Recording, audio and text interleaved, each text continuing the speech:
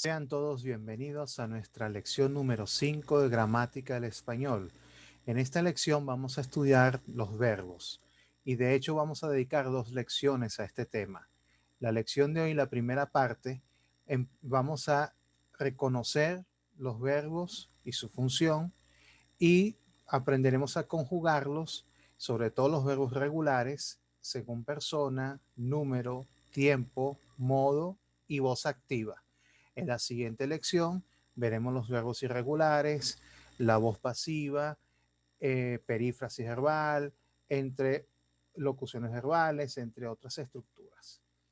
Entonces, comencemos con su definición. Es el núcleo del sintagma verbal y por tanto del predicado. ¿Okay? Cuando nosotros veamos la oración, vemos que la oración tendrá 2 grandes partes en su análisis sintáctico, el sujeto y el predicado. El predicado es lo que se dice del sujeto y uno para predicar algo del sujeto necesita el verbo. ¿Ok? Por esa razón es el núcleo de predicado. Asimismo, es el núcleo de la oración. Es decir, puede ser que no tenga el sujeto, puede ser que no tenga complementos. La sola presencia de un verbo conjugado es más que suficiente para decir aquí hay una oración. ¿Okay? Es una palabra altamente importante en nuestro idioma y en cualquier otro idioma en general. Andrés Bello define el verbo de la siguiente manera. Es la parte de la oración que significa los movimientos o acciones de los seres, la impresión que estos causan en nuestros sentidos y algunas veces el estado de estos mismos seres o la relación abstracta entre 2 ideas. Por sus características es quizá una de las palabras más importantes de cualquier idioma, como ya apuntamos. Entonces aquí tenemos esta primera definición que da Andrés Bello. Fíjense que no es solamente la acción de los seres, no solamente los seres, puede referirse, predicar sobre algo, pues un objeto, un concepto, una idea, ¿ok? Pero no es solamente acción, puede ser estado, ¿ok? Incluso relación entre 2 ideas, como ya veremos, ¿ok? Entonces, básicamente lo podemos ver ilustrado aquí. El hombre pesca en la orilla, aquí está el verbo. La joven bebe una taza de café, una taza de té, perdón, o el pájaro vuela alto. No, acá, entonces, destacado en cursivas, está el verbo. ¿Okay? El verbo posee 2 elementos. La raíz, que indica el significado de la palabra, y la desinencia, que es un conjunto de morfemas que aportan la información de persona, número, tiempo, modo y aspecto. ¿Ok? Eso lo podemos ejemplificar de la siguiente manera. Si yo tengo la palabra amar, ¿ok? Si yo tengo la palabra comer o tengo la palabra vivir, ¿ok? Entonces, ¿qué sucede? Que voy a tener 2 cosas. Hay verbos que van a terminar en ar, verbos que terminan en er y verbos que terminan en ir. Entonces, si yo quito ar, er, ir, ¿qué me queda? Lo que me queda es la raíz. La raíz de amar es am. La raíz de comer es com. La raíz de vivir es viv.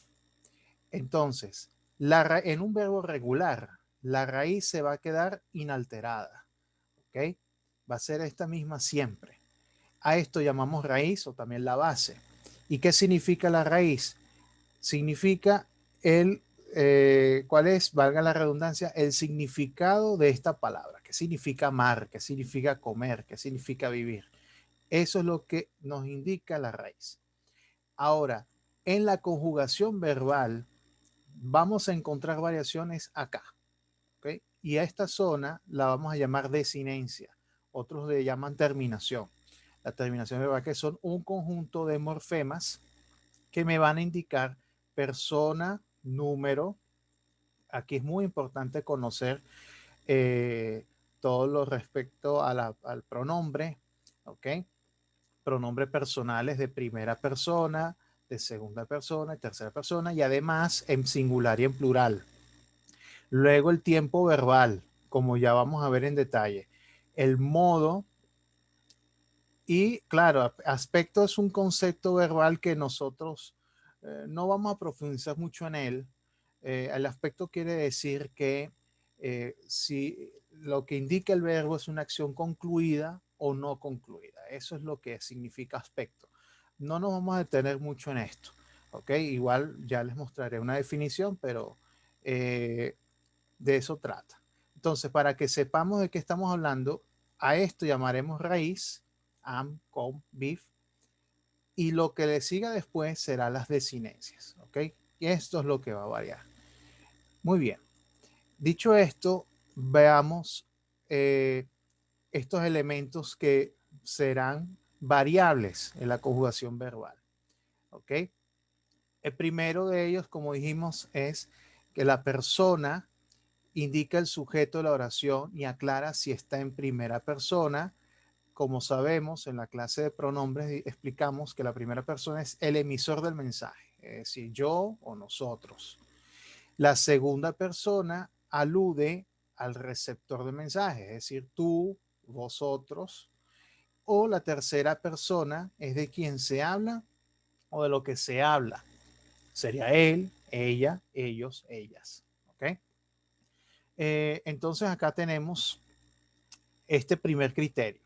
O sea, ya por aquí vamos a tener 6 posibilidades de cambio. Eh, por persona 3, pero si le sumamos número, es decir, si está en singular o plural, ya tendremos 6 posibilidades. Es decir, primera persona del singular, segunda del singular, tercera del singular, después primera del plural, segunda del plural, tercera del plural, como ya veremos en los modelos de conjugación que les mostraré. ¿Ok?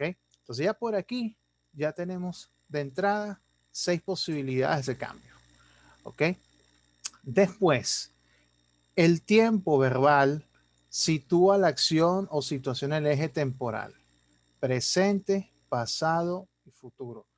Eso es algo que nosotros vamos a puntualizar en detalle también. Una cosa es el tiempo cronológico que se va a dividir en estos 3 grandes planos y otra cosa es el tiempo verbal. Son conceptos, si bien relacionados, son distintos. ¿Ok? Eh, ya vamos a ver, otra de las cosas que veremos en esta lección es por qué tenemos tantos tiempos verbales en español. Y esto es una herencia del latín. Todas las lenguas derivadas del latín, español, portugués, francés, italiano, rumano, catalán, gallego, entre otros, heredaron este sistema altamente complejo de conjugación. Entonces veremos que el tiempo verbal da unos datos, unas informaciones que van más allá de si el hecho ocurre en el presente o ocurrió en el pasado o ocurrirá en el futuro. O sea, hay otros detalles, otros matices que ya nosotros puntualizaremos. Hace un momento hablamos sobre el aspecto, el cual señala si el evento estado denotado por el verbo está en transcurso, lo que llamamos imperfectivo, o si está concluido, perfectivo. No nos vamos a detener demasiado en este concepto, pero sepan que existe. ¿Ok? Es decir, un verbo conjugado en presente o futuro pudiese ser un verbo perfectivo, ¿ok? Porque está concluido. Perdón, si es pretérito, si está en el pasado, puede ser concluido. Pero si es una acción de presente o futuro o está en su transcurso, se considera no concluido, puede ser imperfectivo. Bueno, de eso se trata este concepto, no vamos a ahondar mucho en él.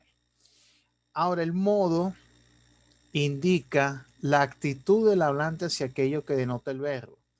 En español tenemos modo indicativo, modo subjuntivo y modo imperativo. ¿Ok? Entonces, esto también va a generar variación verbal. Entonces, el modo indicativo es el modo en el que está todos los tiempos verbales posibles. En el modo subjuntivo veremos que algunos tiempos verbales desaparecen, otros sufren unas pequeñas alteraciones y el imperativo hay una única conjugación. ¿Okay? Bueno, estos son detalles que los vamos a ir desarrollando poco a poco en esta lección. Y me queda por mencionarles eh, la voz activa y la voz pasiva. Eso es un tema que después abordaremos. De todas maneras lo menciono, la voz activa indica si la acción que el verbo indica la ejecuta efectivamente el sujeto. Es decir, lo podemos anotar por aquí. Si nosotros tenemos él compró la casa, ¿ok? Este es un ejemplo de el verbo compró está también conjugado en voz activa. ¿Por qué? Porque indica que el sujeto, que en este caso es él, hace la acción de comprar la casa. En cambio, si yo digo la casa fue comprada por él, ok, vamos a ampliar esta línea. Si yo digo esto, entonces el sujeto es la casa en este caso, fue comprada es el verbo. Aquí el verbo está conjugado en voz pasiva. Vean que hay un cambio de estructura. Les explico esto para que conozcan ya qué significa el concepto de voz en la conjugación verbal, pero esto es algo que ahondaremos en la siguiente lección. ¿Okay? De todas maneras, lo que me interesa es que sepan que existe ese concepto. ¿Okay? Entonces, la casa no es la que compra, alguien la compra. O sea, el sujeto está recibiendo la acción. Por eso la llamamos pasiva. ¿Ok? Eh, entonces, esto es algo que ahondaremos luego, pero como pueden apreciar, ya hay un cambio de estructura. Bien, avancemos entonces como el sistema de desinencias verbales. Este cuadro ya se lo había mostrado en la clase sobre formación de palabras. ¿Ok? Tenemos morfemas derivativos y tenemos morfemas flexivos. Entonces aquí entraríamos dentro de ese terreno. O sea, la idea es ver desglosado, por ejemplo, el verbo afligir en futuro. ¿Ok? Vean no solamente cómo varía en persona y número. ¿Ok? Primera, segunda, tercera en singular, primera, segunda, tercera en plural, sino que además observen cómo tiempo, aspecto tiene un morfema, persona y número tiene otro morfema. En algunas ocasiones, como aparece justo aquí, tenemos que en afligiré no tenemos un morfema que marque persona y número, hay un cero. Esto es un cero morfológico. Este símbolo de vacío se conoce en gramática como un cero morfológico, es decir, ausencia de morfema. Y eso significa que ya este que está aquí, re, amalgama ambas cosas, tanto el tiempo aspecto como la persona número. Afligiré. Pero vean que afligiremos, afligiréis, observen que aquí sí hay presencia de un morfema que especifica persona y número, justamente para evitar este tipo de confusión, ¿no? Aunque como veremos, sobre todo en el modo subjuntivo, veremos que la primera y la tercera persona van a coincidir. ¿Ok? Bueno, la idea de esto es hacer ver cómo el sistema de sinencia está conformado por varios morfemas. ¿Ok? En algunos casos puede ser uno solo que amalgama todos estos conceptos o pueden ser varios. ¿Ok? Y por supuesto la raíz, que si el verbo es regular, la raíz permanece inalterada. En cambio, si cuando veamos la próxima lección los verbos irregulares, observarán que en la raíz habrá cambios vocálicos y consonánticos que alteran la pronunciación. ¿Ok? E incluso algunos verbos también pueden cambiar el patrón de las desinencias. ¿Ok?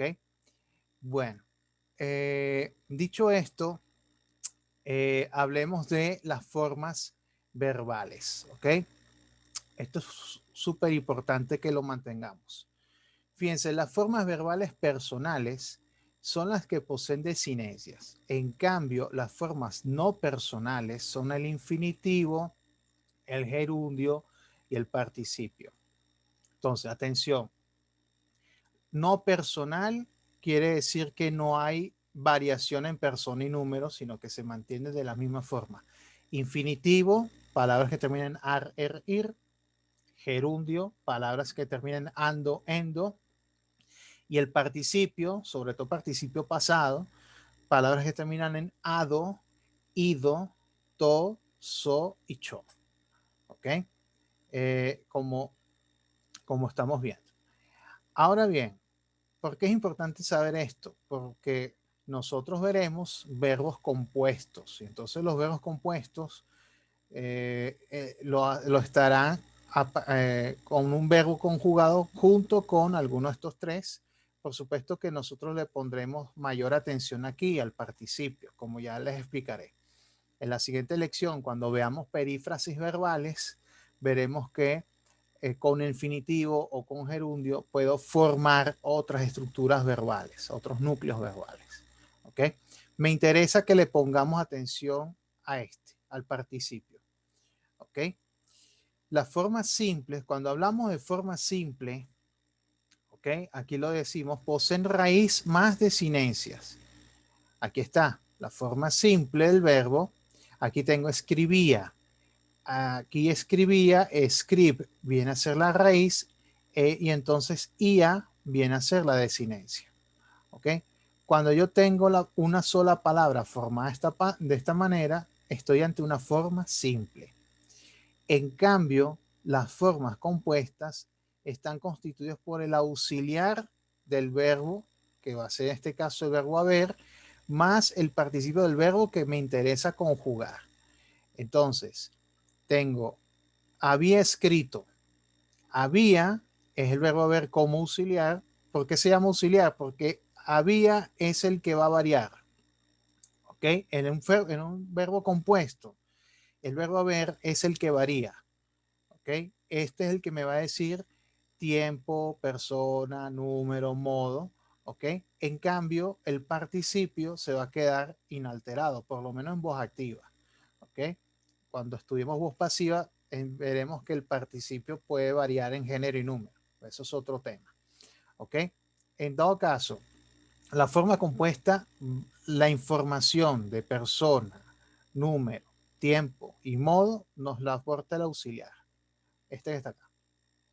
Y el participio es el que me indica el verbo que estamos realmente conjugando. ¿Ok?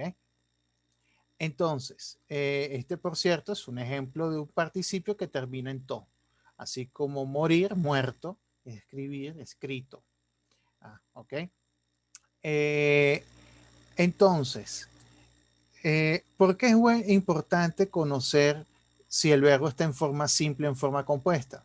Porque cuando veamos los tiempos verbales, nos daremos cuenta que el verbo, el tiempo verbal, su nombre va a tener mucho que ver con esto.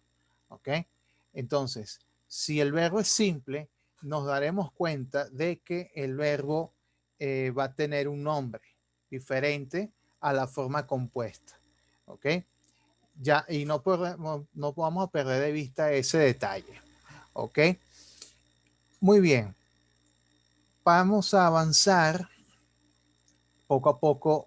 A partir de la explicación iremos viendo cómo se configura todo esto. Vamos a hablar la nomenclatura y significado de los tiempos verbales. ¿Ok? Fíjense, el español, a diferencia de otros idiomas, posee diferentes nomenclaturas para denominar los tiempos verbales. Las más conocidas son la de Andrés Bello y la de la Real Academia Española. En este curso utilizaremos la terminología propuesta por Andrés Bello. ¿Ok? Hay que recordar que Andrés Bello es un eminente filólogo, jurista, escritor, poeta. Bueno, Andrés Bello, un gran personaje venezolano que por cierto también tuvo la nacionalidad chilena cuando se radicó allá en sus últimos años. Y también hizo grandes obras importantes en este país suramericano. Eh, y bueno, entre sus grandes aportes justamente está la gramática de la lengua castellana para el uso de los americanos. Andrés Bello siempre defendió llamar el idioma castellano porque según su criterio era el nombre original del idioma, porque la lengua se originó en Castilla y de ahí viene castellano. ¿ok? Él no estaba tan de acuerdo en que se le llamara española. Hoy en día ese debate está más que superado, ¿ok? Podemos hablar de lengua española sin problema, es el nombre internacional del idioma. Pero Andrés Bello siempre utilizó el término castellano. Y bueno, su obra en muchos aspectos se mantiene vigente, las gramáticas, se considera una de las mejores gramáticas, por lo menos en el siglo XIX, y sigue siendo un referente. Tan referente es que si usted entra en el diccionario de la Real Academia Española y usted revisa el verbo, observará que en la tabla de conjugación va a aparecer en primer lugar el nombre del tiempo verbal según la Real Academia Española, y en segundo lugar el nombre que utilizó Andrés Bello para el mismo tiempo verbal, lo cual denota que es un aporte que sigue vigente y que ha sido influyente en la pedagogía latinoamericana o hispánica incluso. Claro, las terminologías de la Real Academia Española es una herencia del latín con algunas modificaciones que ha habido a lo largo de los últimos años, ¿no? Pensemos, por ejemplo, Andrés Bello habla de pospretérito, un verbo como comería. Andrés Bello lo llama pospretérito, la Real Academia lo llama condicional, pero ese no era el nombre que usaba antes, que se usó siempre, llamarlo condicional. Se ha utilizado otros términos, ¿ok? Y así por el estilo. Entonces, por razones prácticas, incluso desde nuestra perspectiva, pensamos que la propuesta de Bello es más didáctica y más sencilla de comprender. Vamos a utilizar la que propuso Bello, ¿ok?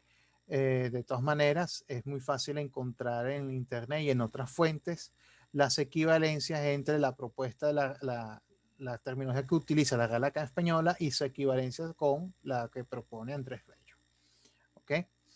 Entonces, aunque parezca paradójico, el tiempo verbal no se equipara exactamente con el tiempo cronológico. Eso lo habíamos mencionado. El tiempo verbal es el resultado de tres elementos. Por una parte, el punto de habla, ¿ok? El punto del evento y el punto de referencia, ¿ok? Estas tres cosas influyen en esto, en el verbo. ¿Qué significa cada cosa?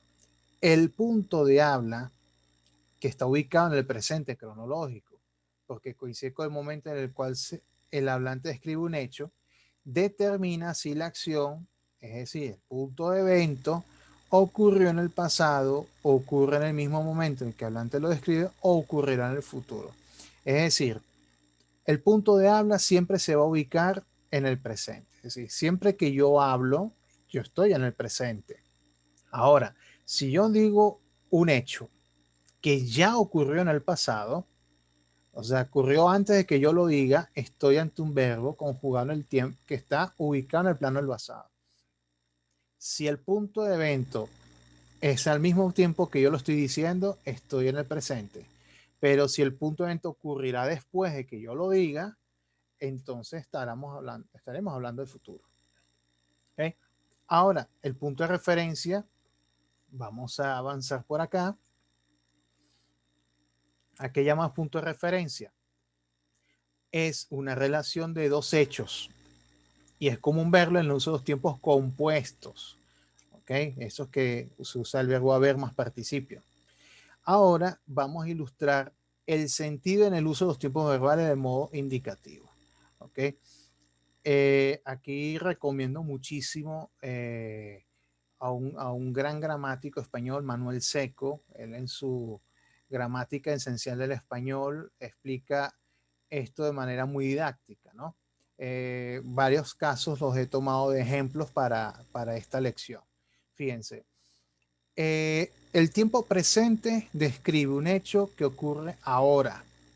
También hábitos actuales. Por ejemplo, si yo digo yo estoy en la autopista, el punto de habla, como les dije, está en el presente, o el punto de la enunciación. También algunos autores utilizan este término, punto de enunciación. El punto de habla coincide con este hecho. Entonces estamos en el presente. Yo estoy en la autopista. Claro, a veces ocurre que yo puedo usar algo que los gramáticos denominan presente histórico, es decir, usando el verbo conjugado en presente, describo hechos que ya pasaron. Esto es muy común cuando uno dramatiza un hecho, ¿no? Cuando uno echa el cuento a alguien. Resulta que voy caminando por la calle y se me acerca un individuo y me pide la hora, yo se la doy, pero inmediatamente él me saca un arma y me atraca. Bueno, cuando yo estoy hablando, aunque fue un hecho que ocurrió en el pasado, lo estoy recreando en mi presente. Lo hago coincidir con mi punto de habla y conjugo los verbos en presente. Esto es lo que algunos llaman presente histórico.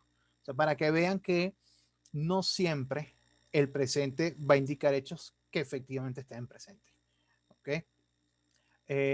Y cuando veamos, por ejemplo, las perífrasis verbales, si yo tengo, por ejemplo, una perífrasis verbal como esta, voy a estudiar.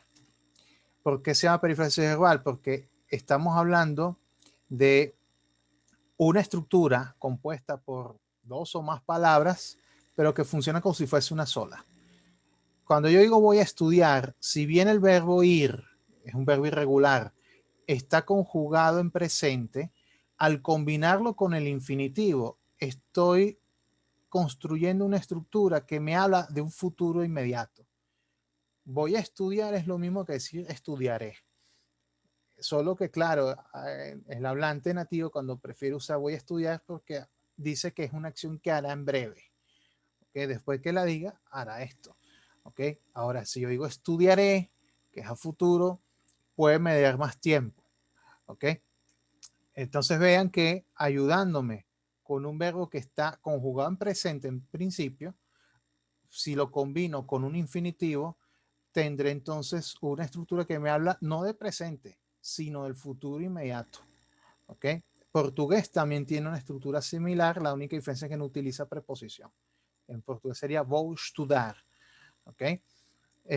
Sin preposición a. En español es obligatorio, en portugués no. Como quiera que sea, portugués también tiene una construcción similar. Ok. Fíjense en este segundo caso, el pretérito, así lo llama Andrés Bello, pretérito, describe un hecho del pasado que ha culminado. ¿Okay? Es el resultado de un hecho. En el modo subjuntivo, de hecho, hay dos formas de pretérito. Por ejemplo, comiera, comiese. ¿Okay? Aunque denotan lo mismo. Eso lo veremos ahora cuando veamos la conjugación por el subjuntivo. La tendencia actual indica que se usa más la forma en ra, en la informalidad y el C en los registros cultos. Bueno, esto es en el modo subjuntivo. Pero vamos a enfocarnos en este ejemplo que pertenece al pretérito del indicativo. Si yo digo yo viajé a Margarita, aquí tengo viajé que está en el plano del pasado. Ocurrió esto y después voy yo y lo digo, que estoy en el presente. ¿Ok? Y ese es el resultado, no pasó más nada. ¿Ve? Un día viajé a Margarita. Listo, se acabó. ¿Ok? Eso es lo que nos dice el pretérito. ¿Ok? ¿Qué sucede, en cambio, con el copretérito? Andrés Bello llama a llovía, lo llama copretérito.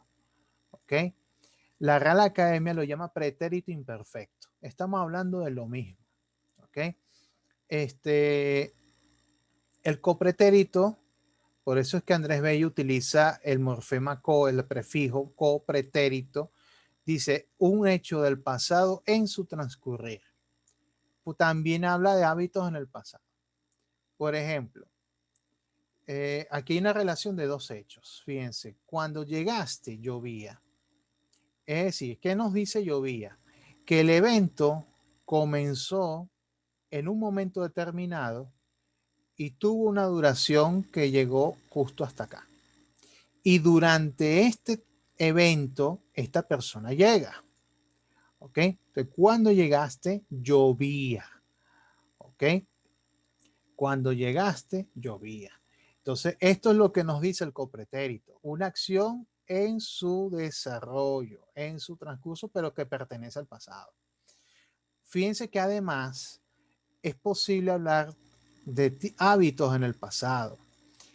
Cuando yo hablo de un hábito que está vigente, utilizo el presente.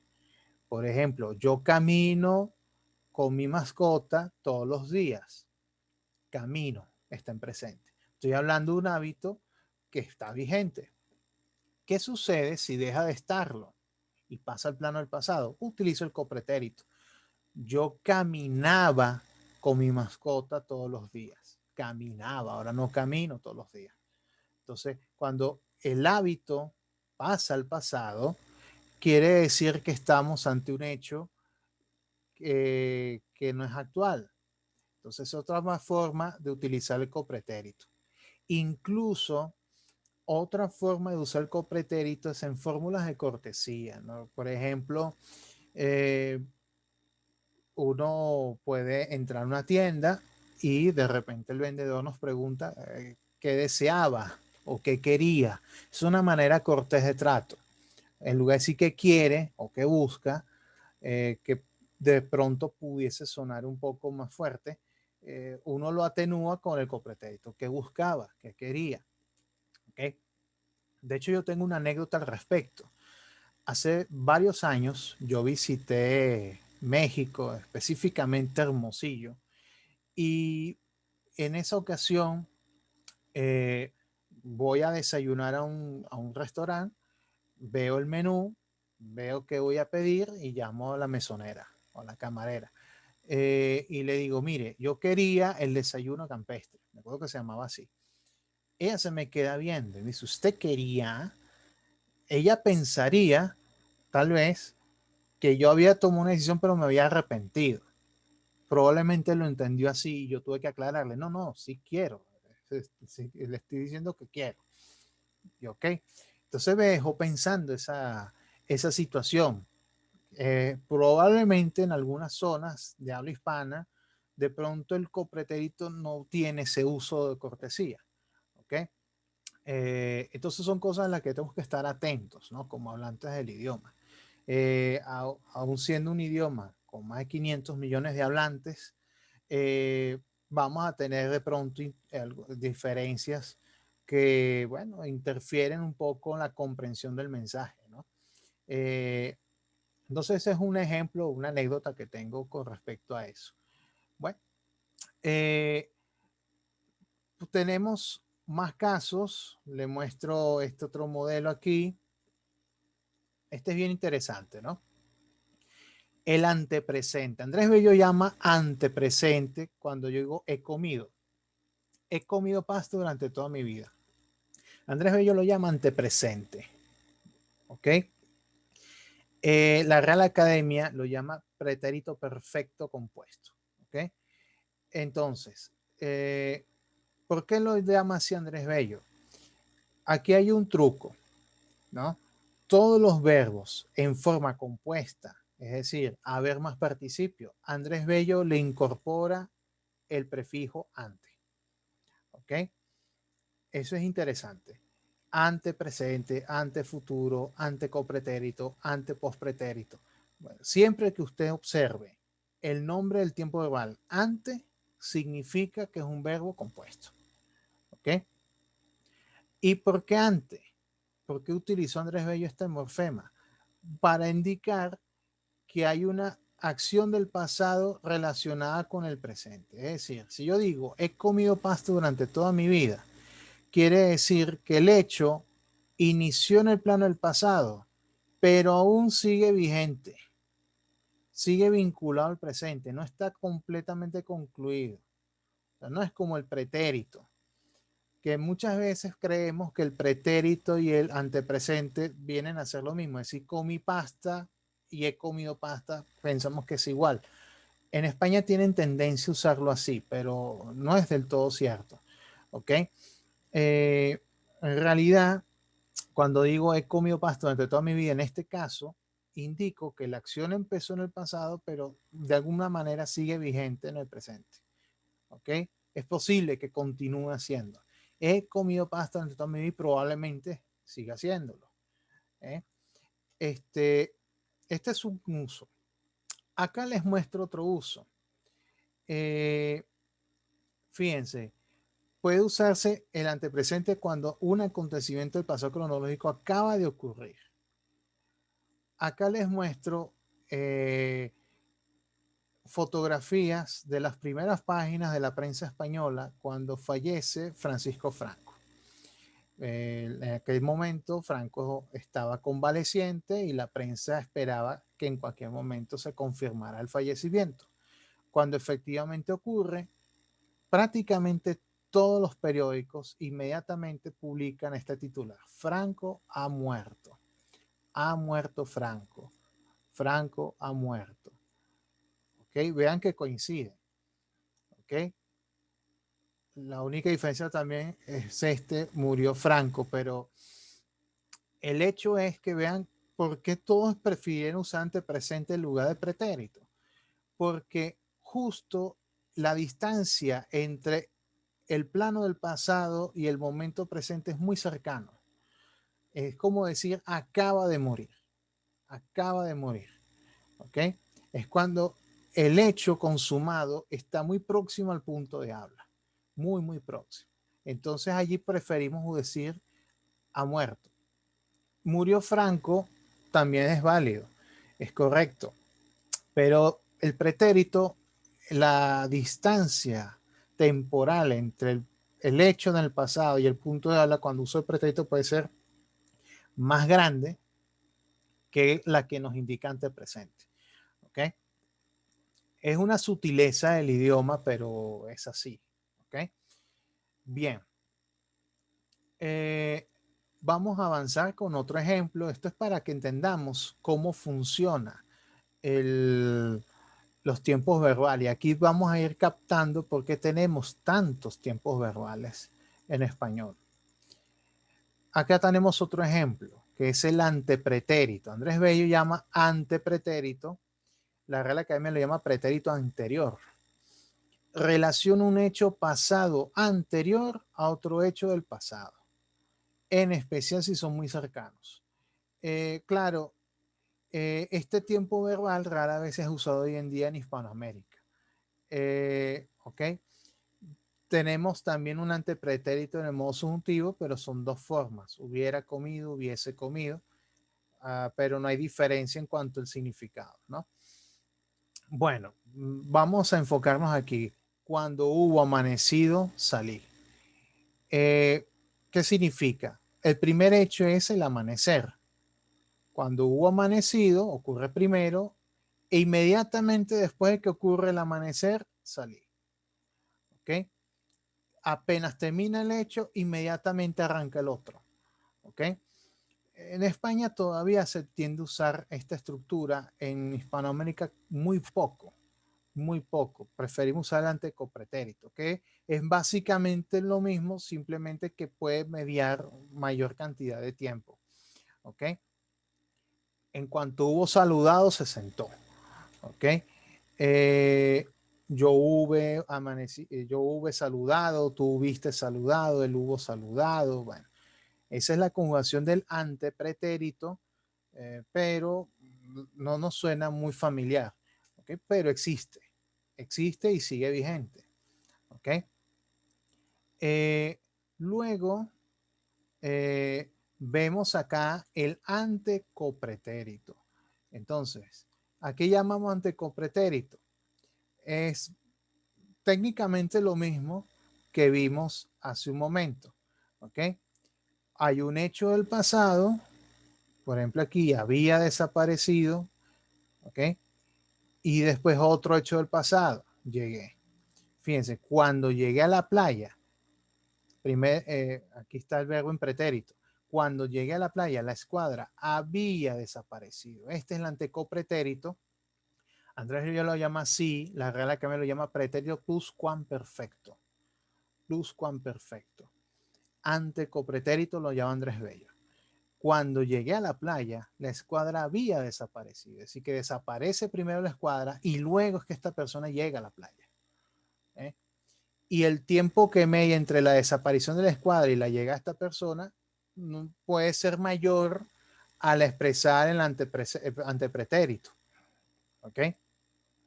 Es técnicamente lo mismo, tal vez la diferencia es que es más tiempo entre un hecho y otro. Y aquí sí lo usamos mucho más. ¿Ok? Luego tenemos la conjugación del futuro. Esto es más sencillo. Describe un hecho venidero. Fíjense que el futuro en modo subjuntivo, fuere, robare, etcétera, ha caído en desuso de la lengua hablada. Solo se emplea en el lenguaje jurídico. ¿Ok? Sí, ya hablaremos ahora cuando conjuguemos todo poco a poco. Fíjense, aquí me voy a centrar en el futuro indicativo. Entregaré mi tesis en septiembre. Entonces, estoy diciendo esto, pero ese hecho ocurrirá después de que yo lo diga. ¿Ok? Entregaré mi tesis en septiembre. Este hecho está ubicado para acá. Observen el postpretérito. El postpretérito describe un hecho que era venidero en el tiempo pasado. ¿Ok? La Real Academia lo llama condicional. Fíjense que pone postpretérito Andrés Bello. ¿Ok? Un hecho que era venidero en el tiempo pasado. Si yo digo, los profetas anunciaron que el Salvador del mundo nacería de una virgen. ¿Ok? Anunciaron algo. ¿Qué anunciaron? Que nacería.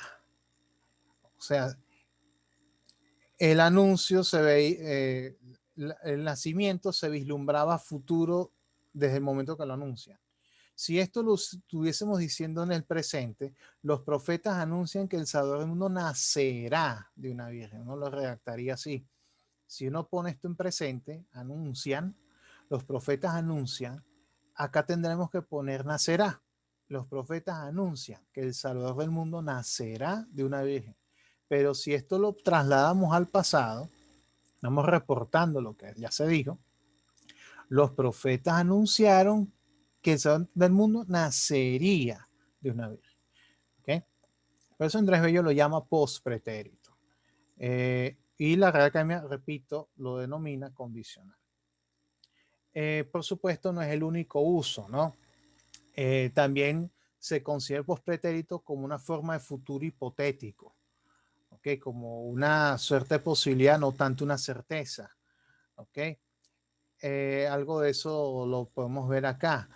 Fíjense, aquí está, futuro hipotético. En estos casos se utiliza la conjunción condicional sí, porque es un sí condicional. Para que algo ocurra, tiene que ocurrir otra cosa antes, ¿no?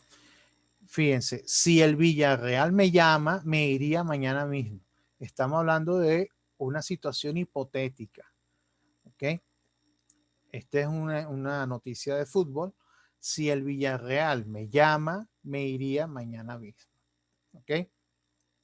Entonces, aquí tenemos un ejemplo de un uso de futuro hipotético con el postpretérito. Tenemos más casos. Aquí podemos ver, por ejemplo, el antefuturo. Nuevamente el verbo compuesto. Describe un hecho venidero anterior al momento futuro. ¿Ok? Fíjense, cuando vuelva a mi país, habrá cambiado sin duda el orden de las cosas que allí dejé. ¿Ok? Primero, o sea, él prevé que cuando vuelva esto ya haya ocurrido. Habrá cambiado. ¿Ok? Por eso aparece antes de vuelva. Cuando vuelva a mi país, habrá cambiado sin duda el orden de las cosas. O sea, esta persona espera que cuando llegue de regreso,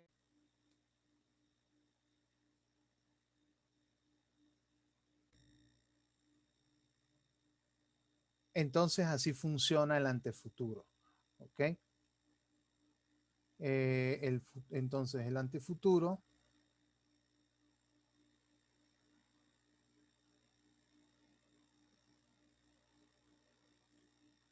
déjame ver si esto está grabando de verdad o no. Entonces esto es lo que indica el antefuturo. ¿Ok? describe un hecho venidero anterior al momento futuro. Es decir, cuando esta persona vuelva, quiere decir que esto ya se habrá consumado. ¿Okay? Esto es lo que realmente nos va a indicar esta situación. ¿Ok?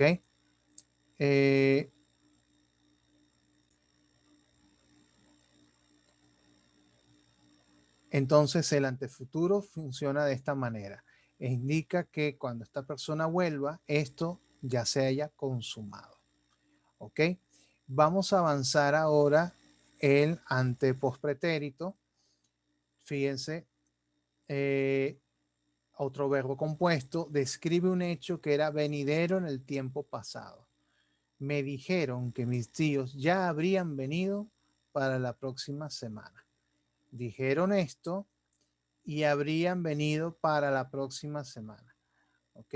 Estamos hablando de una posibilidad. Me dijeron, o sea, una acción venida desde el pasado que ya habrían venido para la próxima semana. O sea que para la próxima semana esto se va a dar. ¿Ok? Ese sería el antepospretérito. Bueno, la idea no es agotar todos los tiempos verbales, simplemente con esto se quiere dejar claro que el tiempo verbal va más allá de lo que nos indica el tiempo cronológico. No es nada más decir esto pasó en el pasado, en el presente, en el futuro, sino que hay otros matices, otras relaciones entre hechos, hechos consumados, hechos en su transcurso, que hacen que tengamos tantos tiempos verbales. ¿Ok? Bueno, esto es fundamental que lo tengamos claro. Ahora, vamos a ver modo. Tenemos tres tipos de modo en español: el indicativo, la acción verbal es cierta, real u objetiva, es de hecho el tiempo, el modo el que más usamos. Luego viene el subjuntivo, en el cual la acción verbal es posible, deseable o incierta. No es lo mismo decir yo viajaré mañana que ojalá yo viaje mañana. ¿Ok?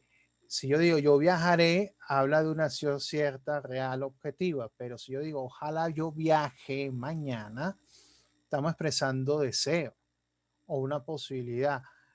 Entonces ya no tiene la misma connotación. ¿Ok? Por supuesto que el modo subjuntivo también es una orden negativa. O sea, si yo pongo la palabra no o la palabra nunca, junto con el subjuntivo estoy dando una orden negativa. No fume, no corra, nunca, nunca guarde la contraseña, o nunca escriba la contraseña en un cuaderno, bueno, o cosas como esas, ¿ok? Que uno ve las instrucciones. Y claro, el modo imperativo indica que la acción verbal es una orden afirmativa. Aquí si digo haz la tarea, eh, come despacio, descansa mucho, ¿ok? Adopta formas verbales del presente, pero ello no significa que exista tiempo presente en tales conjugaciones. De hecho, es una sola conjugación.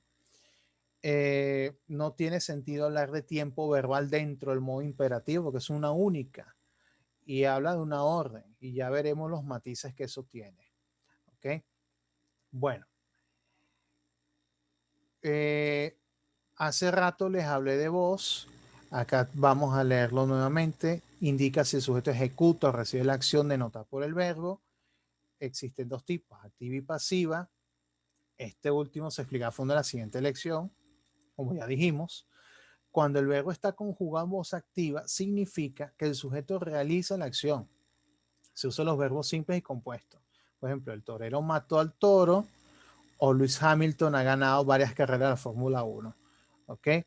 Aquí el verbo está en voz activa, aquí está en voz activa. ¿Ok? Y reiterar lo que son formas no personales del verbo, también denominados verboides. ¿Ok? Ya lo mencionamos, infinitivo son palabras que terminan en ar, er, ir. De hecho, es el nombre del verbo. Y además el infinitivo tiene un valor sustantivo. sea, se puede comportar por sí solo como un sustantivo. Por ejemplo, trotar es bueno para la salud. Ahí trotar está funcionando como un sustantivo. El gerundio termina en ando, endo, caminando, durmiendo. Y el gerundio tiene valor adverbial. Vamos a dedicar una lección a los adverbios y veremos que el gerundio muchas veces se comporta como, muchas veces no, siempre, se comporta como adverbio de modo. Por ejemplo, me llamó a la casa llorando. De hecho, voy a mencionar al final de esta lección el uso del gerundio, porque el gerundio genera muchísimas dudas en la redacción. Eh, Todos los libros de redacción reportan usos incorrectos de este tipo de palabras. Bueno, esas cosas las vamos a abordar hacia el final de esta lección. Y el participio pasado, no el participio presente, ese es el que termina en ante, ente. Por ejemplo, estudiante, el que estudia. ¿Ok? Eso es lo que llamaríamos participio presente, que realmente funciona hoy en día como un sustantivo más. Ahora, el participio pasado es el que nos interesa. Como ya dijimos, estructura termina en ado, ido. Normalmente los verbos regulares suelen usar este, ado, ido. Y verbos, algunos verbos irregulares, to, so, cho. Por ejemplo, trabajado, dormido, muerto, impreso, dicho. El participio pasado tiene valor adjetival. ¿Ok? Por ejemplo, déjenme recordar un caso. Eh, el libro comprado, por decir un ejemplo. Bueno, y comprado está funcionando como un adjetivo. O sea, no es cualquier libro, es el libro comprado o el libro vendido, ¿no? Ahí puede ser, el participio tiene un valor adjetival, o sea, de manera que el infinitivo se va a comportar como un sustantivo, el gerundio se va a comportar como un adverbio y el participio como un adjetivo. Entonces, claro, esos sí están aislados, pero también estos tres tipos de palabras, estos tres verboides, junto con un verbo conjugado como auxiliar, formarán perífrasis verbales. Esto lo vamos a profundizar más en la siguiente lección. ¿Ok? Por supuesto, el participio estará presente, además de perífrasis verbales, en voz pasiva, los verbos compuestos. ¿Ok? Muy bien. Vamos entonces a ver,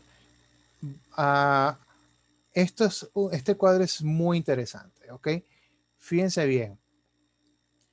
Vamos a ver las desinencias verbales según las conjugaciones ar, er, ir. Una de las mejores maneras de aprender a conjugar los verbos, sobre todo los modos indicativo y subjuntivo, es memorizando sus desinencias. Su estructura suele ser estable, sobre todo los verbos regulares. ¿Okay? Es decir, las terminaciones de los verbos vienen a ser muy útiles. ¿Okay? Por ejemplo, aquí ya les pongo primera persona, segunda persona, tercera persona en singular. Aquí quiero hacer una acotación antes de avanzar. El usted es un pronombre de segunda persona porque alude al que recibe el mensaje, al receptor del mensaje. Pero ¿por qué está en tercera? Porque es la forma de conjugación que va a utilizar el usted con la tercera persona. No va a concordar con la forma de la segunda del tú. Por ejemplo, cantar. Yo canto, tú cantas, pero él canta, usted canta. No decimos usted cantas, eso no existe. Recuerden que el usted es un pronombre cuya aparición es más tardía en el idioma, es producto de la fusión de dos palabras, de vuestra merced. Y de vuestra merced, poco a poco se fue acortando y fusionando hasta quedar la forma moderna usted. ¿Ok? Lo mismo ocurrió en portugués, de vossa merced quedó você, en gallego es vostede, de manera que tiene el mismo origen. Es un pronombre que surge por ahí por el 1600, siglo XVII, más o menos por esa época, ya comienza a, a incursionar este pronombre nuevo al idioma, y con el tiempo se fue estandarizando su uso. Muy bien. Dicho esto, tenemos por una parte cómo queda esto en singular y en plural. Entonces tenemos las terminaciones cuando es presente. Piensen en, por ejemplo, cantar, bailar, cocinar, que la gran mayoría de los verbos suelen ser en ar. De hecho, cualquier verbo inventado hoy en día generalmente lo inventamos con ar. Ya verbos en ero, en ir nuevos prácticamente no hay, son los que ya están consolidados en el idioma desde hace siglos, ¿no? Pero verbos nuevos generalmente son con ar, ¿ok? Imagínense, por ejemplo, bachaquear. Hace algunos años en Venezuela se popularizó mucho esa palabra, bachaquear, bachaqueo. Bueno, que era una forma de comprar productos y revenderlos después en el mercado negro. Entonces, de ahí viene el término. Por decirles un ejemplo. Ahora, cantar, yo canto, tú cantas, él canta, cantamos, cantáis, cantan. Pero pongan bailar, bailo, bailas, baila, bailamos, bailáis, bailan. Cocinar, cocino, cocinas, cocina, cocinamos, cocináis, cocina. Entonces siempre será igual. Por esa razón existen conjugadores automáticos de verbos. Esto es algo formidable. Por ejemplo, la misma Real Academia en su diccionario, en internet y en la aplicación, permite mostrar la conjugación completa del verbo. ¿Ok? Y existen conjugadores que podemos conseguir algunas páginas por allí. ¿Ok? Estas serían las terminaciones cuando son pretérito, copretérito. Hay algunos estudiantes que dicen, el copretérito son los que terminan en aba. Eso es verdad si el verbo es en ar. Pero ¿qué sucede si el verbo termina en er? ¿Ok? Si el verbo termina en er, no es así.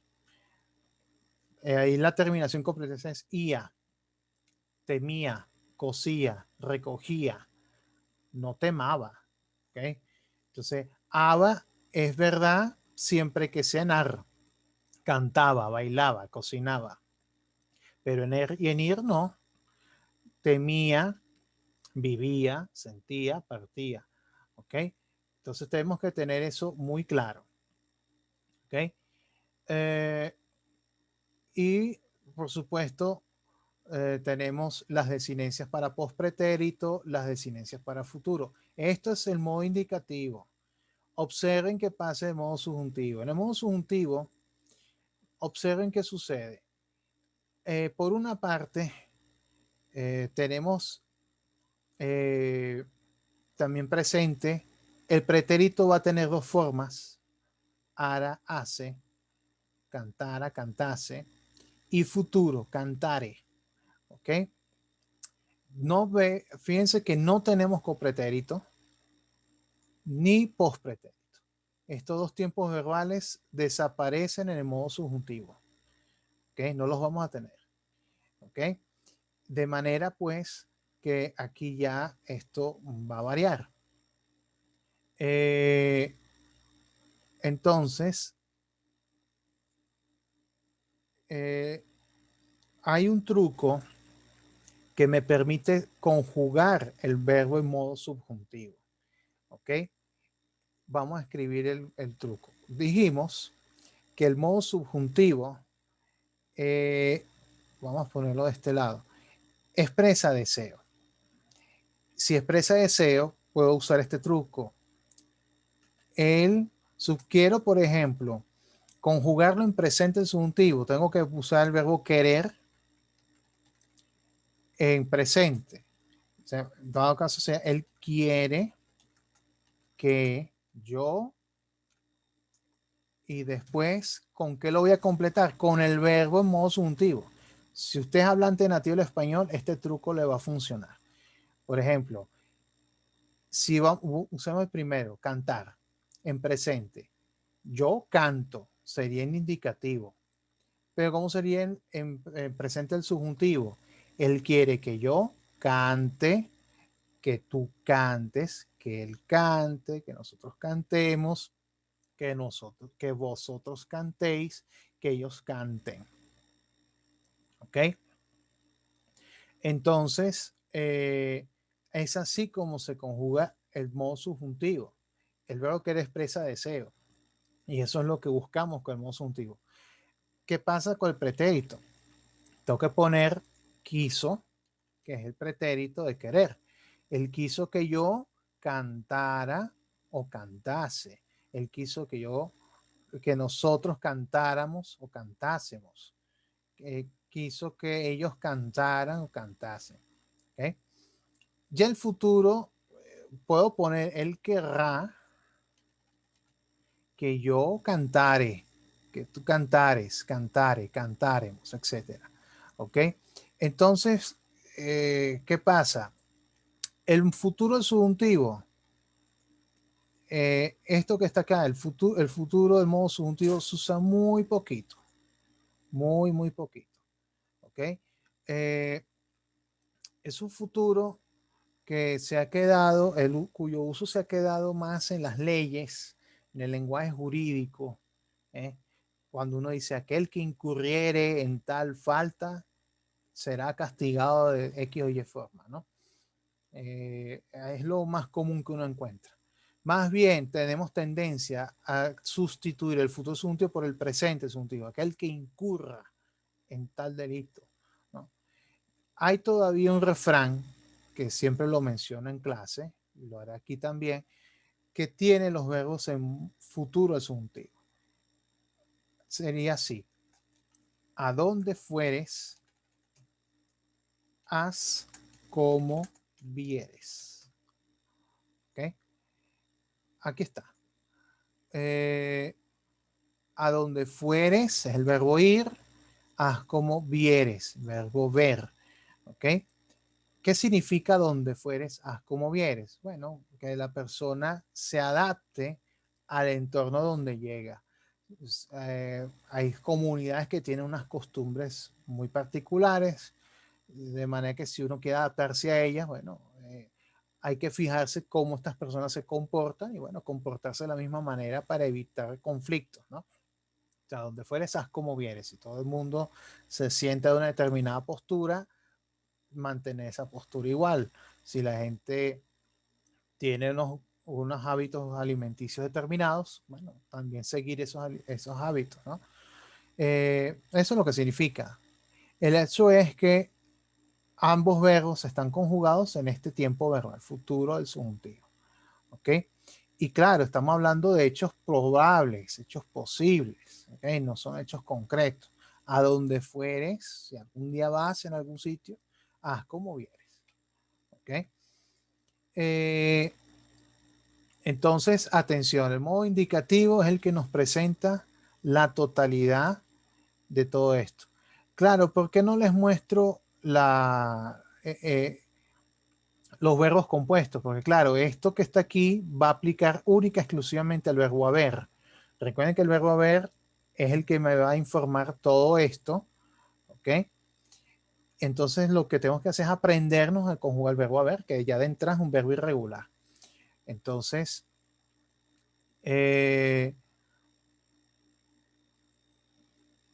aquí sería el verbo haber pertenece a esta conjugación er. Por supuesto que va a tener algunos cambios porque es verbo irregular. Yo, tú, has, el a, etcétera. ¿Ok?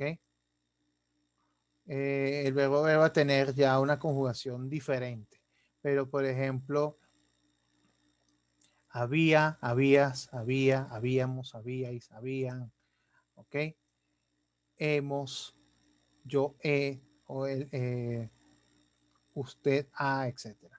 Bueno, eso es algo que ya les mostraré, es un verbo irregular que cambia su conjugación completamente. ¿Ok? Bueno, acá pueden apreciar cómo cambia en verbos terminados en er y verbos terminados en ir. Acá lo van a encontrar. ¿Ok? Manejar esto para conjugar cualquier verbo es altamente útil. Basta poner la base diferente y ya estamos conjugando todos los verbos que queramos. ¿Ok? Vivo, vives, vive, vivimos, vivís, viven. Siento, claro, sentir es un verbo irregular, pero solamente va a cambiar en la raíz, no me va a cambiar la desinencia. Siento, sientes, sientes, sentimos, sentís, siente. Partir, parto, partes, parte, partimos, partís, parten. Y así sucesivamente, ¿no? Bueno, quiero mostrarle a continuación ya un modelo de conjugación de los verbos ya de una vez en voz activa. Vamos a empezar con el verbo trabajar. Vean, trabajar tiene en sus formas no personales, trabajar como infinitivo, trabajado como participio, trabajando como gerundio. Entonces vean acá cómo va cambiando. Por una parte, en esta columna, vamos a trazar una línea aquí para visualizar fácilmente. Observen que aquí en esta columna tengo el modo indicativo. ¿Ok? El modo indicativo, por una parte presente, copretérito, pretérito, futuro y más abajo pospretérito. ¿Ok? Y las formas compuestas, antepresente, antecopretérito, antepretérito, antefuturo.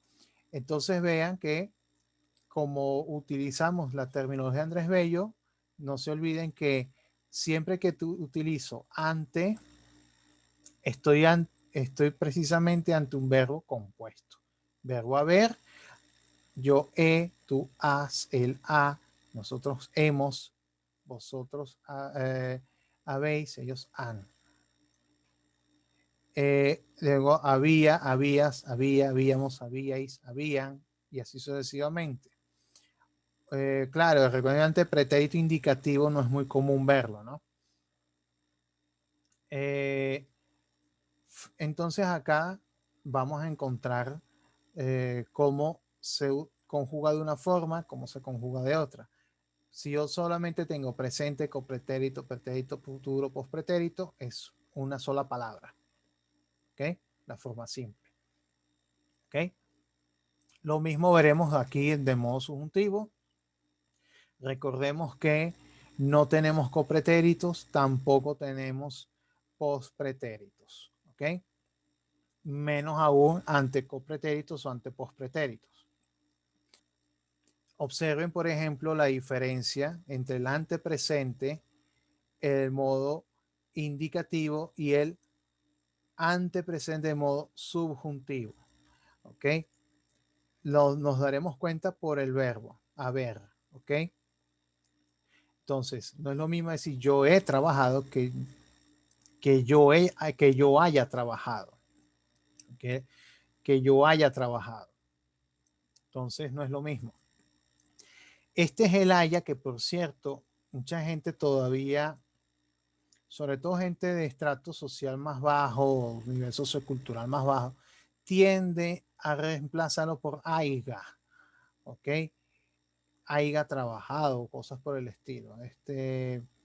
Claro, es una versión del verbo haber que es antigua, no es de ahora, pero que la norma culta siempre ha censurado, ¿ok? Siempre se menciona haya y además recuerden que este haya es con Y o con Y, no es con doble L. Haya con doble L es otro verbo, el verbo hallar, y no se utiliza para verbo compuesto de esta forma, ¿no? Se va a usar hallar, pero el compuesto sí, pero en su forma de participio. Ha hallado la cura. Bueno, eso ya es otra cosa. Entonces acá podemos apreciar eh, cómo funciona efectivamente la conjugación verbal. Aquí abajo tenemos la que nos falta por mostrar, el pospretérito, antepospretérito. Y ahora me voy a detener en el modo imperativo. Observen que es una sola conjugación. Fíjense bien, acá tenemos un primer detalle. El modo imperativo no se conjuga en primera persona del singular. ¿Ok? Esto tiene un porqué. Generalmente, cuando usamos el modo imperativo, estamos dando una orden a nuestro interlocutor. ¿Ok? E incluso si la orden nos la damos a nosotros mismos, vamos a utilizar la segunda persona. ¿Ok? O sea, nosotros pasamos a ser emisores y receptores al mismo tiempo. Si yo digo, Ricardo, cálmate, al yo decir cálmate, yo estoy aquí, segunda persona. En ningún momento digo cálmame, va de eso. No, simplemente no existe. ¿Ok? No existe. Ningún hablante nativo ni en la historia del idioma se ha reportado ese uso, de manera que no existe. Sí es posible usar, en cambio, la primera persona del plural, trabajemos. Pero eso ocurre si estamos ante un grupo y el líder del grupo da la orden al grupo entero. Bueno, trabajemos. Y todo se pone a trabajar. Es posible que aquí sí. ¿Okay? No aparece escrito acá, pero sí es posible. ¿Ok? Pero definitivamente primera el singular nunca veremos ninguna palabra desde el modo imperativo. ¿Ok? Entonces trabaja tú, trabaje él o ella. ¿Ok? Atención con trabajad, que termina en de. ¿Ok? Trabajad vosotros. Trabajad vosotros. Por supuesto, en nuestro español latinoamericano hemos dejado de lado el vosotros. ¿Ok? Lo hemos reemplazado por ustedes. De hecho, si yo quiero dar una orden a un grupo diferente, en el cual no estoy yo dentro de él, trabajen, hagan. En cambio, si estuviésemos en España, los españoles dirían trabajad. ¿Ok? Le estoy dando la orden a varias personas. En España todavía se utiliza, pero en el español latinoamericano o hispanoamericano al menos, hemos reemplazado el vosotros por el ustedes. ¿Ok? Acá está. Por supuesto que en otras zonas de habla hispana se utiliza el pronombre vos, que acá no lo hemos incluido. El vos se usa muchísimo en Argentina. De hecho, en Argentina reemplazan el tú por el vos. Y por supuesto, ellos lo van a escribir así. Entonces, trabaja vos. ¿Ok? Claro, normalmente cuando usamos los verbos en modo imperativo no utilizamos el pronombre, ya se sobreentiende. ¿Ok? No es común.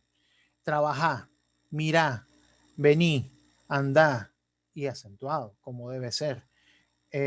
Así es el voceo argentino, pero en otras zonas, por ejemplo en Centroamérica se vocea, en algunas zonas de Colombia se vocea, en algunas zonas del occidente de Venezuela se vocea. Los voceos cambian un poco. ¿Ok? No es igual que el voceo argentino, que está más consolidado y de hecho es hasta norma de prestigio dentro de la habla argentina, ¿no? O al menos rioplatense. ¿Eh?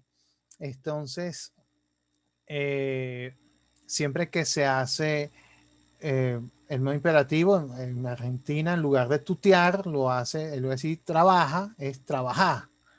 ¿Ok? Cada país tiene sus características. Así como los españoles usan más el vosotros, los argentinos vocean. Hay otras regiones, repito, de América donde hay voceo, pero el voceo es diferente. No es igual que el argentino. Y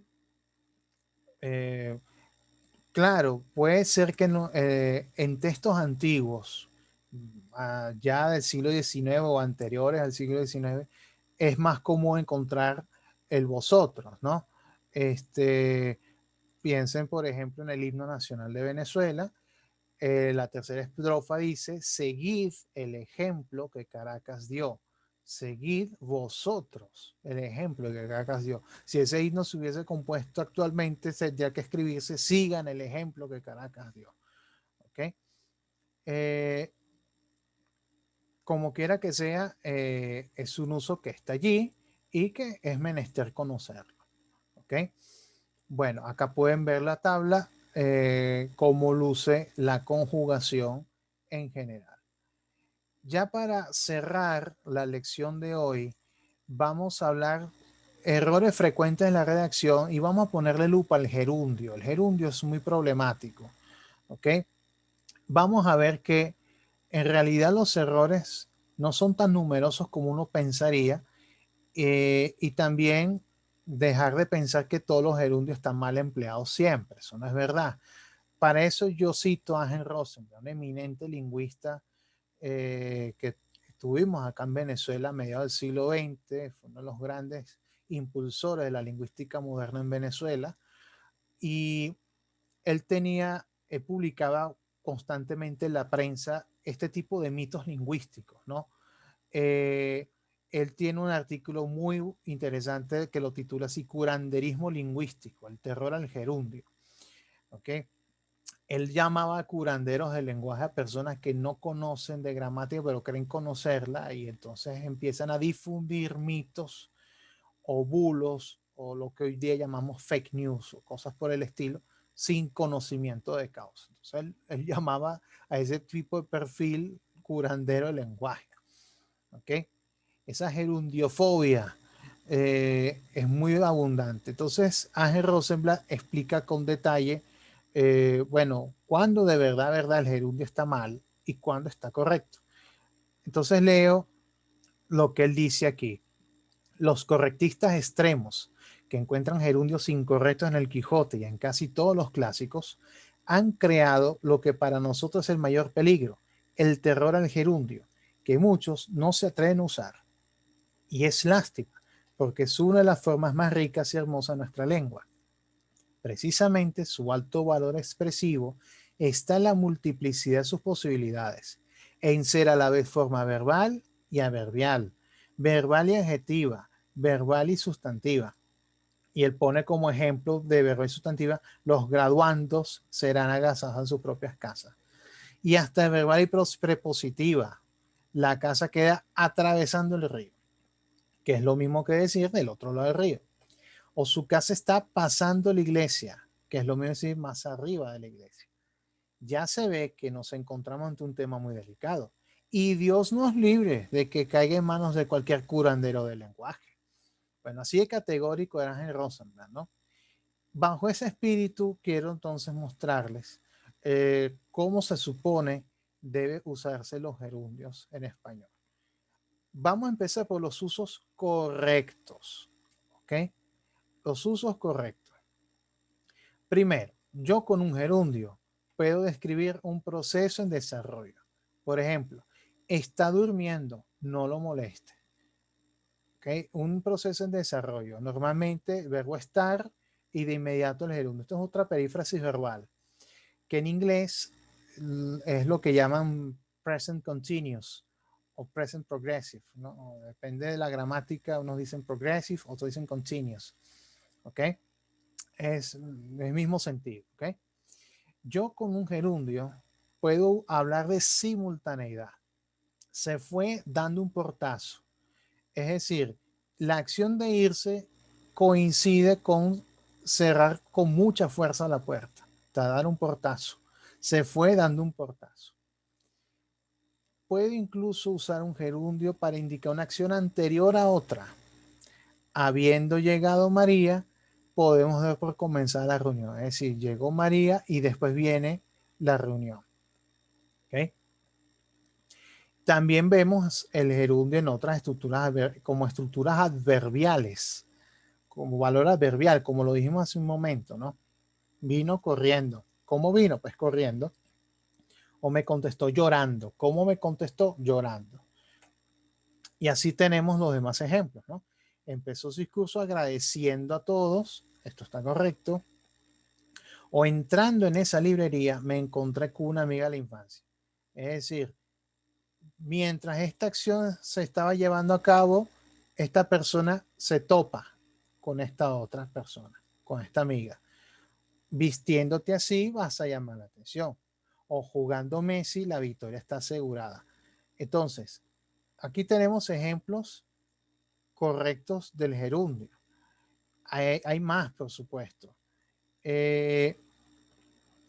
Los siguientes son los que les muestro a continuación. Por ejemplo, yo puedo dar una orden o un mandato con gerundio. Andando. De hecho, los españoles tienen esa manera enfática de hablar. Andando, que es gerundio. Eso lo dicen mucho ellos, ¿no? Es una manera enfática de decir, mira, es una orden y hay que ejecutarla ya, ¿no?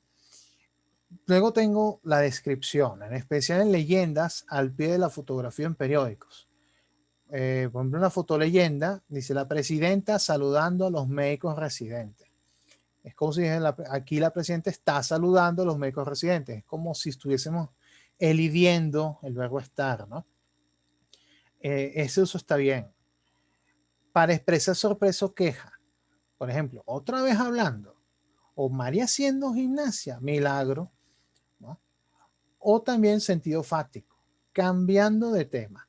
¿Qué pasó el otro día cuando llegaste? Es decir, todo lo que le mostré aquí está correctísimo. Aquí el gerundio no hay problema. ¿Ok? Vamos a ver a continuación, ahora sí, los usos errados del gerundio. ¿Ok? Aquí los tenemos.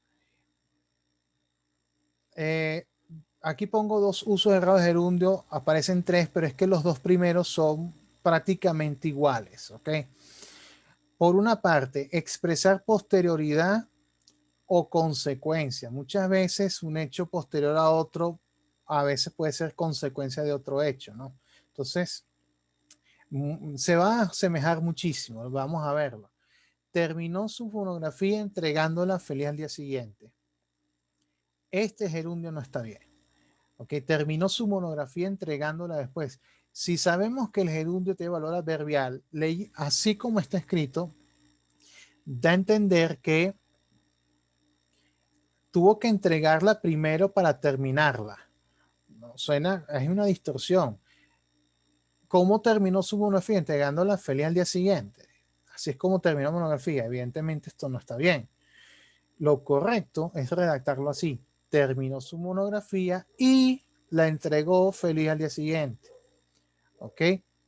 O sea, la entrega es posterior. Entonces hay que expresarla de esta manera. Ahora, expresar consecuencias. Es muy común en la prensa, pero muy, muy común.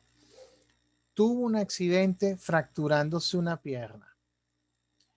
Nuevamente, así escrito, luce distorsionado el mensaje. Quiere decir que para que tú tuviera el accidente se tuvo que fracturar la pierna. Eso no es verdad. ¿Cómo tuvo un accidente fracturándose la pierna? Evidentemente es un disparate. Por esa razón, tenemos que redactarlo así. Tuvo un accidente y se fracturó una pierna. Hay otras maneras de redactarlo igual de válidas. Por ejemplo, tuvo un accidente por lo cual se le fracturó una pierna, o tuvo un accidente en consecuencia se fracturó una pierna. Bueno, tenemos otras formas de darle la vuelta. Otro que a veces uno lee, se volcó un camión trancando la autopista. O sea, para volcarse se tuvo que trancar la autopista primero. Evidentemente eso está distorsionado. Eh, se volcó un camión, lo cual trancó la autopista o la bloqueó. Bueno, ahí ya es otra cosa.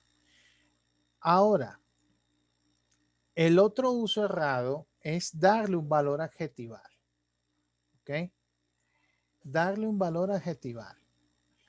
Probablemente sea un calco del inglés. ¿Ok? Fíjense, encontró un maletín conteniendo cocaína. ¿Ok? Debería ser, encontró un maletín que contenía cocaína. Se transforma esto en una oración subordinada, una subordinada adjetiva en este caso. No es cualquier maletín, es un maletín que contenía cocaína. Esto es lo correcto. O vean esta. Ana aprobó la ley regulando el precio de la leche. Igual, su uso distorsionado. Quiere decir que regularon primero el precio de leche antes de aprobar la ley. Eso jurídicamente no existe. Se supone que se aprueba la ley y esa ley regula el precio de la leche. Hay que redactarlo así. han aprobado la ley que regula el precio de la leche. ¿Okay? Se supone que la ley regula esto. Así escrito, la ley regulando el precio de la leche da la impresión que se reguló primero el precio y luego se aprobó la ley, como si fuese al contrario. Atención, y esto es algo que Rajen Rosenblatt puntualiza mucho, ¿no? Hay excepciones. ¿Cuáles son las excepciones? Ahí las pueden ver. Hirviendo y ardiendo. Es decir, agua hirviendo. Hay puristas que tratando precisamente de establecer este tipo de casos, establecen, bueno, no se dice agua hirviendo, se dice agua hirviente, ¿ok? O agua que hierve. No, en realidad lo que sucede, y es un uso consolidado de idiomas de hace siglos, pero muchos siglos ya consolidado, es que estamos viendo el agua en ebullición. O sea, cuando decimos agua hirviendo es porque efectivamente vemos el agua en ebullición. ¿Ok? Y aquí sí está bien usar hirviendo para esos casos. O una casa ardiendo, un bosque ardiendo, porque uno está viendo el fuego en el momento. El momento en que uno lo aprecia, uno ve que la acción se lleva a cabo en el instante. Pues un palo ardiendo, un bosque ardiendo, una casa ardiendo. ¿Ok? Aquí sí está bien usar el gerundio como un valor adjetivo porque ya están consolidados en el idioma. ¿Ok? Y no se distorsiona el mensaje. ¿Ok?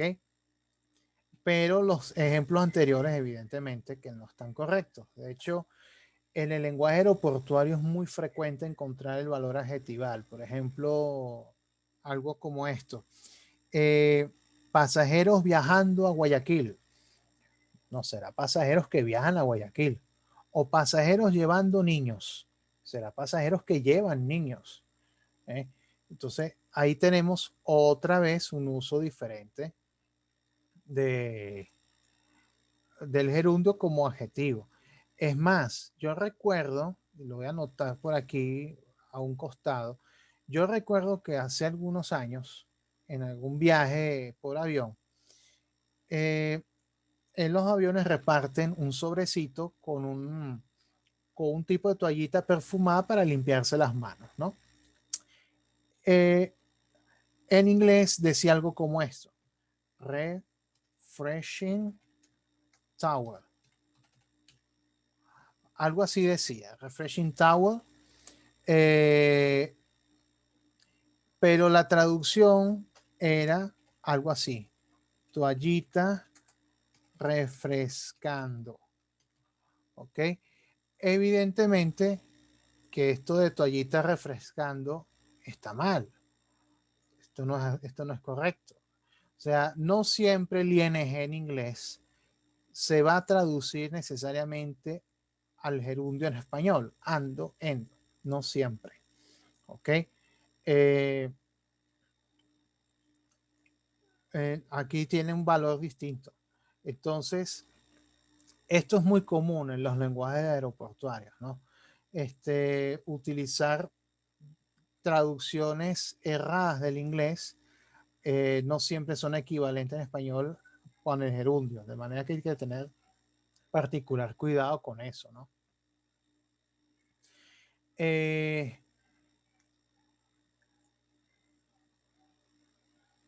y finalmente, tres cositas adicionales respecto de la redacción que tenemos que tomar en cuenta con los verbos. La primera, la conjugación del pretérito indicativo. Un error muy frecuente, muchos hablantes se agrega una S en la segunda persona del singular del pretérito. Muchos dicen trabajaste, cuando se supone que es trabajaste. Algunos filólogos piensan que la inclusión de esa S busca uniformar la forma de la segunda persona, ya que los demás tiempos verbales la poseen. Claro, uno revisa trabajas, trabajabas, trabajarás, trabajarías, trabajaras, trabajases, ¿ok? Bueno, si los demás tienen la S, ¿por qué el pretérito no? Entonces, existe esa tendencia a añadirle esa S, pero es antitemológica, ¿ok? Es como, por ejemplo, eh, En latín tenemos audivisti y tenemos audivistis, que luego se traduce en español a oíste y después oísteis.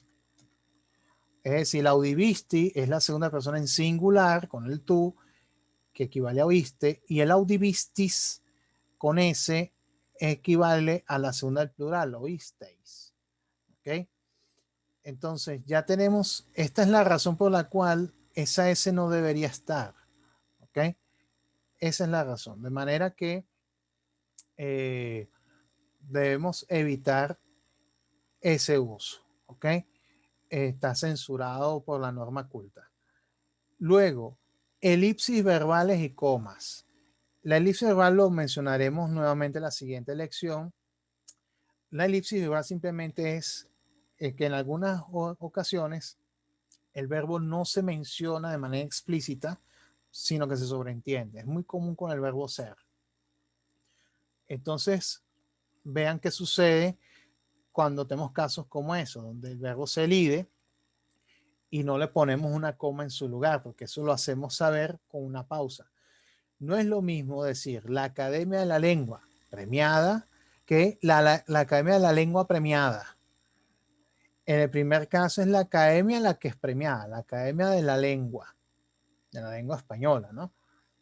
Aquí el verbo ser se ha elidido, lo vemos aquí reflejado con esta coma. Normalmente cuando hacemos elipsis verbal, hacemos una pausa. Aquí se sobreentiende. La lengua, a la Academia de la Lengua fue premiada. Es lo que se entiende acá. Pero si yo digo la Academia de la Lengua premiada sin la coma, da a entender que lo que fue premiada es la lengua. Es la academia de una lengua que fue premiada. ¿eh? Evidentemente se distorsiona el mensaje. Vean la sutileza que eso implica. Entonces tenemos que tener mucho cuidado con estos casos de elipsis verbal. ¿Okay? Y finalmente tenemos los verbos y las tildes. Vean, la insistencia de acentuar correctamente la escritura no es un capricho, es que efectivamente incide en el mensaje, cambia el mensaje radicalmente, sobre todo en los verbos. Y aquí menciono un hecho real, una alumna me lo contó hace muchísimos años, ¿no? Y lo tengo aquí registrado. Fíjense, ella recibió el siguiente mensaje de texto, en la época que había solo mensajitos de texto en los teléfonos. Y el problema de eso es que a veces las tildes no se marcan. Él ya recibe este texto. Compre el Universal. El Universal es un periódico. ¿Okay? La joven entiende que debe comprar el periódico. Ella entiende que compra es un imperativo. Y lo hace. Al llegar a la casa se entera de que ya lo habían comprado. Y quien le envió el texto le replicó, te dije que compré el Universal. Entonces, por una tilde se adquirieron dos periódicos. O sea, la persona que le mandó el mensaje no le puso tilde aquí. Si se le hubiese puesto tilde, o por lo menos los teléfonos de la época lo permitieran, se hubiera evitado ese malentendido. Si hubiese leído compre universal, listo, ya la estudiante sabe que se compró, no lo compras ella. Pero sin tilde se lee compre el universal como una orden. ¿Ok? Esto fue un hecho real que me lo contó una alumna y dije, bueno, esto está maravilloso para ejemplificarlo en clase. Bien, bueno, esto es el fin de la primera parte de la lección sobre verbos. Como verán, es un tema altamente denso que hay que repasarlo con cuidado. Y bueno, continuaremos en la siguiente lección o la segunda parte de los verbos y todas sus implicaciones en la comunicación escrita y oral. Muchas gracias por su atención y será hasta la próxima lección.